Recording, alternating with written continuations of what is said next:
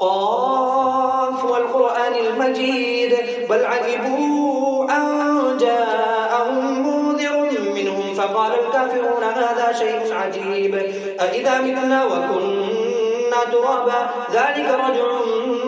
بعيد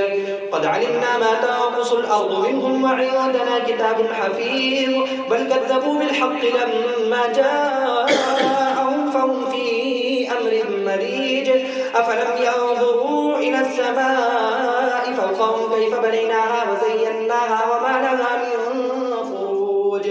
والأرض مددناها وألقينا فيها رواسي وأنبتنا فيها من كل زوج بهيج تبصرة وذكرى لكل عبد منيب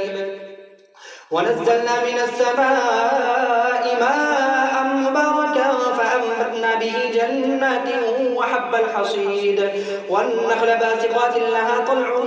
نضيد رزقا للعباد وأحيينا به بلدة ميتا كذلك الخروج كذبت قبلهم قوم نوح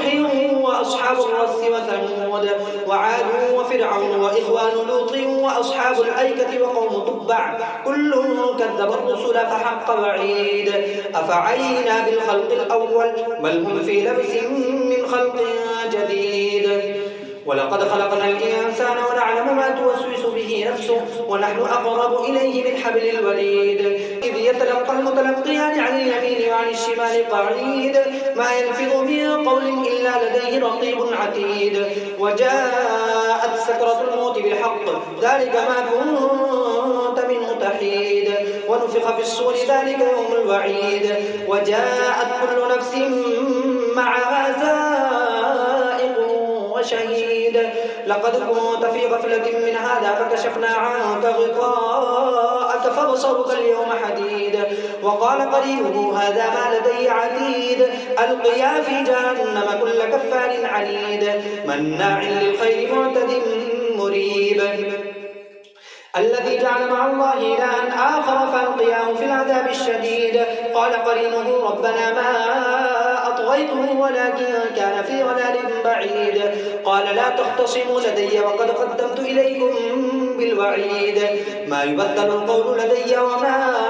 أنا بظلام للعبيد يوم نقول لجهنم هل امتلأت وتقول هل من مزيد وأزلفت الجنة للمتقين غير بعيد هذا ما توعدون لكل أواب حفيظ من خشي الرحمن بالغيب وجاء بقلب منيب ادخلوها بسلام ذلك يوم الخلود لهم ما يشاءون فيها ولدينا مزيد وكم أهلكنا قبلهم من قرن هم أشد منهم بطشا فنقبوا في البلاد هل من محيص إن في ذلك لذكرى لمن كان له قلب أو ألقى السمع وهو شهيد ولقد خلقنا السماوات والأرض وما بينهما في 6 أيام وما مسنا من لغوب فاصبر على ما يقولون وسبح بحمد ربك قبل طلوع الشمس وقبل الغروب ومن الليل فسبحه وأدبار السجود واستمع يوم ينادي المنادي من مكان قريب يوم يسمعون الصيحة بالحق ذلك يوم الخروج إنا نحن نحيي ونميت وإلينا المصير يوم تشقق الأرض عنهم سراعا ذلك حشر علينا يسير نحن أعلم بما يقولون وما